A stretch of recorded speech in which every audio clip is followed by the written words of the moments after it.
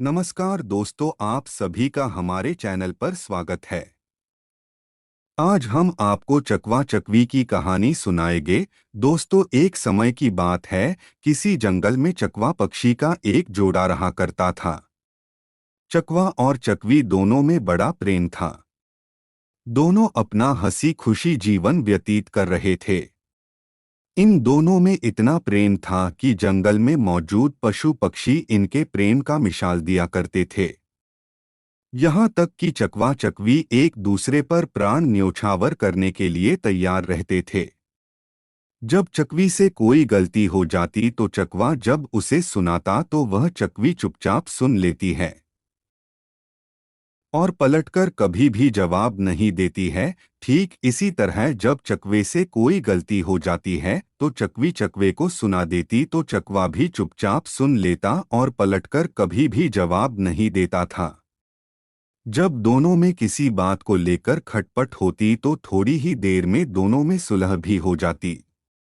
चकवा का पड़ोसी एक कौआ था। कौआ का अपनी पत्नी से हमेशा हर बात पर झगड़ा हुआ करता था। उन दोनों में हमेशा क्लेश रहता था। इतना झगड़ा करते कि मारपीट की नौबत आ जाती। कौआ बड़ा ही दरिद्र था, उसके घर में हमेशा अन्न की कमी रहती थी। वही चकवा धन धान्य से संपन्न रहता था क्योंकि इसके घर में खुशहाली और शांति थी। कौआ जब चकवा चकवी को देखता कि ये दोनों कितनी खुशी और आनंद से रहते हैं तो उसे जलन होती थी। कौआ अपने मन में सोचता है कि मैं किस तरह इन दोनों में फूट डालूं और इन दोनों को अलग कर दूं जिससे इसके घर की शांति भंग हो सके। कौआ चकवा का मित्र भी था। मित्र ही मित्र के बारे में गलत सोच रखता था। उसके मन में चकवा और चकवी के प्रति हमेशा जलन रहती थी। कौवे ने अपने मन में सोचा कि अब मैं इसे शांति से नहीं रहने दूंगा। जब मेरे घर में झगड़े और लड़ाइयाँ होती हैं, मैं परेशान रहता हूँ, तो फिर ये कैसे सुख शांति से रह सकता है। अब इसके घर में भी अशांति फैलानी है। इसका जीवन भी हमें नरक करना है। जब कभी भी चकवा घर पर नहीं रहता तो कौआ चकवी के पास जाता और चकवे के बारे बुराई करता और कहता कि चकवी बहन, चकवा भाई आपसे बिल्कुल भी प्रेम नहीं करते, वह तो किसी दूसरे से प्रेम करते हैं। मैंने उन्हें कुछ समय पहले किसी अन्य से बात करते हुए देखा। कौवे की इस बात को सुनकर चकवी को बिल्कुल भी भय। चकवी कौवे की बात को नहीं सुनती है और उसके बात को हवा में उड़ा देती है। जब कभी चकवा अकेला रहता तो कौआ चकवा के पास जाकर चकवी की बुराई करता और कहता कि चकवा भाई, चकवी आपसे बिल्कुल भी प्रेम नहीं करती है क्योंकि वह किसी अन्य से प्रेम करती है। मैंने आज ही चकवी बहन को किसी और से बात करते हुए देखा है। चकवा इन बातों को सुनकर हंसते हंसते टाल देता है और उस बात पर बिल्कुल भी भरोसा नहीं करता। अब इसी प्रकार कौआ चकवा और चकवी दोनों में बारी बारी से फूट डालने की कोशिश करता, लेकिन चकवा चकवी में इतना दृढ़ प्रेम था कि एक दूसरे पर विश्वास किया करते थे और दूसरों के बहकावे में नहीं आते थे। अब इस प्रकार कौआ जब हार जाता है तो कौआ अपनी पत्नी से जाकर कहता कि यदि तुम चाहती हो कि मैं तुमसे कभी भी झगड़ा न करूं तो तुम मेरा एक काम करो, चकवा और चकवी दोनों में मनमुटाव करवा दो, दोनों के बीच झगड़ा पैदा कर दो जिससे उनकी शांति भंग हो सके। कौआ ने अपनी से कहा कि जब भी तुम्हें मौका मिले तुम चकवी बहन का कान भरती रहना और मुझे भी जब भी समय मिलेगा मैं भी चकवा भाई का कान भरता रहूंगा जिससे दोनों में लड़ाई झगड़ा हो सके। अब कौवे की पत्नी चकवी से जाकर कहती कि तुम्हारा पति तुमसे प्रेम नहीं करता, वह तो किसी दूसरे से प्रेम करता है। ठीक इसी तरह कौआ भी चकवा के पास जाकर कहता है, चकवा भाई, चकवी बहन आपसे प्रेम नहीं करती, वह किसी दूसरे से प्रेम करती है। कौआ और उसकी पत्नी अब प्रतिदिन चकवा और चकवी के कान भरते, जिससे धीरे धीरे चकवी को विश्वास होने लगा कि चकवी जरूर अब हमसे प्रेम नहीं करती है। ठीक इसी तरह चकवी को भी धीरे धीरे यह लगने लगा कि मेरा पति मुझसे प्रेम नहीं करता है।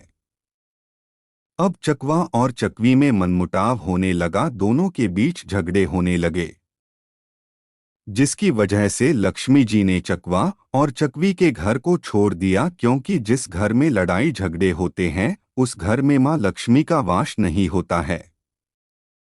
अब चकवा और चकवी के घर में दरिद्रता ने अपना वास कर लिया। जब चकवा और चकवी धन की कमी के कारण भूखों मरने लगते हैं तो यह देखकर कौआ को बड़ा सुकून मिलता है, उसे बड़ी प्रसन्नता मिलती है।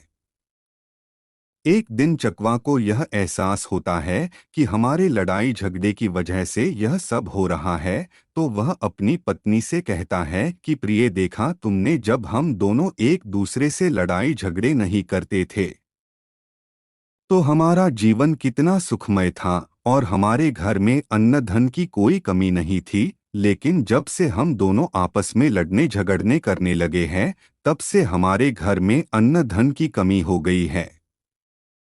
चकवे की बात सुनकर चकवी को अपनी गलती का एहसास होता है और वह चकवे से कहती है कि स्वामी, मुझसे गलती हो गई, मुझे माफ कर दीजिए। हमें इस प्रकार दूसरों के बातों में आकर आपस में लड़ना झगड़ना नहीं चाहिए। तब चकवी ने चकवे से कहा कि इस समस्या के समाधान के लिए हमें क्या करना चाहिए। तब चकवे ने कहा कि यही पास ही गुफा में एक सिद्ध पुरुष महात्मा रहते हैं, हम उनक वही हमारी इस समस्या का समाधान करेंगे और हमें यह बताएंगे कि हमें अब क्या करना चाहिए। यह सोचकर चकवा और चकवी उस महात्मा के पास चले जाते हैं और महात्मा को प्रणाम करके बैठ जाते हैं। जब महात्मा ने चकवा और चकवी के आने का कारण पूछा, जब चकवा की आंखों में आंसू आ जाते हैं, दोनों पति पत्नी रोने लगते हैं। चकवा विस्तार पूर्वक पूरी कहानी उस महात्मा को सुना देता है। तब महात्मा कहते हैं कि हे चकवा, मेरी बातों को ध्यान से सुनो। आज मैं तुम्हें ऐसी 5 बातें बताऊंगा जिसे यदि तुमने अपने जीवन में उतार लिया और उस पर अमल कर लिया तो कभी भी तुम्हारे घर में लड़ाई झगड़े नहीं होंगे। इसके साथ ही जो मनुष्य मेरी इन 5 बातों पर अमल करेगा उसके घर में कभी भी लड़ाई झगड़ा नहीं होगा तथा उसके घर में कभी भी धन की कमी नहीं होगी और उसके घर से लक्ष्मी कभी भी रूठकर नहीं जाएंगी। महात्मा के द्वारा कही गई 5 बातें, जो तुम्हारे जानने वाले होते हैं, सगे संबंधी होते हैं, जो तुम्हें अच्छे से समझ रहे होते हैं तथा जो तुम्हें अच्छे से जान रहे होते हैं, वही तुम्हारा जड़ काटते हैं। ये बात बिल्कुल सत्य है। जो व्यक्ति तुम्हें अच्छी तरह से जानता और समझता है वही व्यक्ति तुम्हारे घर में झगड़ा लड़ाई करवाते हैं, जिससे घर में क्लेश उत्पन्न होता है। यही लोग आपके दुखों और समस्याओं का कारण बनते हैं। इसीलिए अपने करीबियों को राज की बातें या गुप्त बातें कभी भी मत बताना। अपने मित्र के सामने धनी होने का कभी भी दिखावा मत करना।